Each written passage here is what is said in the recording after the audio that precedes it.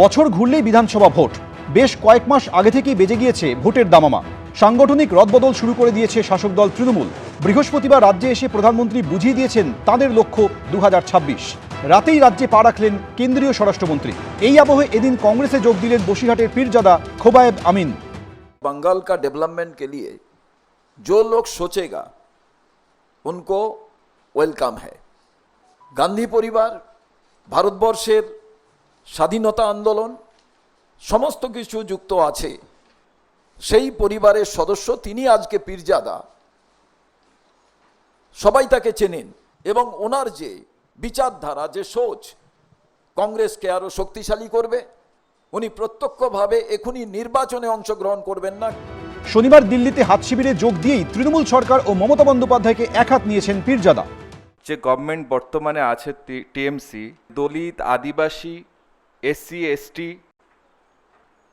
Minority, তাদেরকে শুধুমাত্র vote ব্যাংকে ব্যবহার করে তাদের উন্নয়ন না করে শুধু একটা ভাতার মাধ্যমে ভোট নেওয়ার পরিকল্পনা দীর্ঘদিন করে এসেছে এবং সেটাই জারি রেখেছে। কিছুদিন আগে মুর্শিদাবাদে একটা দাঙ্গা হয়েছিল, রাইট হয়েছিল, যে মুর্শিদাবাদে মুখ্যমন্ত্রী বলেছিল কংগ্রেস নাকি ওখানে দাঙ্গাটা লাগিয়েছে। পরবর্তীতে দেখা গেল যে তদন্ত কমিটি বলছে দাঙ্গাটা তৃণমূল বাদিয়েছে। আমি এই প্রথম নাম শুনেছি। আমি কে কোথা থেকে জয়েন করলেন আমি একদম করতে পারবো না। তার বাড়ির ঠিকানা বললেও আমায় কম্পাস নিয়ে বেরোতে হবে খুঁজতে। পীরজাদার চাঞ্চল্যকর অভিযোগ, আরএসএস এর পরিকল্পনা বাস্তবায়িত করছেন বাংলার মুখ্যমন্ত্রী। পাল্টা জবাব দিয়েছে বিজেপি। আমাদের বাংলার দিদিমণি মুখে এক কথাই বলছে, পিছনে উনি আরএসএস এর পরিকল্পনাকে বাস্তবায়ন করে সমাজে সেই রূপরেখা তৈরি করছে।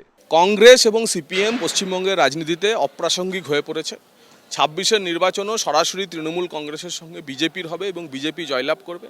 পশ্চিমবঙ্গের মাটিতে রাজনীতি করা প্রদেশ কংগ্রেস দিল্লিতে গিয়ে কাকে জয়েন করিয়ে কি কথা বলছেন তা নিয়ে আমাদের কোনো কিছু বলার নেই। শুভঙ্কর সরকার মুর্শিদাবাদের হিন্দুদের ওপর অত্যাচার নিয়ে কি বলছেন আমরা তা জানতে চাই। 2021-এর বিধানসভা নির্বাচনের আগে নতুন রাজনৈতিক দল ঘোষণা করেছিলেন ফুরফুরা শরীফের পীরজাদা আব্বাস সিদ্দিকী। বাম কংগ্রেসের সঙ্গে জোট বেঁধে তার ভাই আরেক পীরজাদা নওশাদ সিদ্দিকী আইএসএফ এর হয়ে ভোটে জিতে বিধায়ক হয়েছেন। পীরজাদা তওহা সিদ্দিকী আবার তৃণমূল ঘেঁষা। সম্প্রতি ফুরফুরা শরীফে গিয়েছিলেন মুখ্যমন্ত্রী মমতা বন্দ্যোপাধ্যায়। ওই দিন ফুরফুরা শরীফে ইফতারে তার পাশে দেখা গিয়েছিল ফুরফুরা শরীফের পীরজাদা কাশেম সিদ্দিকীকে। পরদিন পার্ক সার্কাসেও ইফতারে মমতার পাশে ছিলেন কাশেম, যা ঘিরে রাজনৈতিক মহলে জল্পনা তীব্র হয়।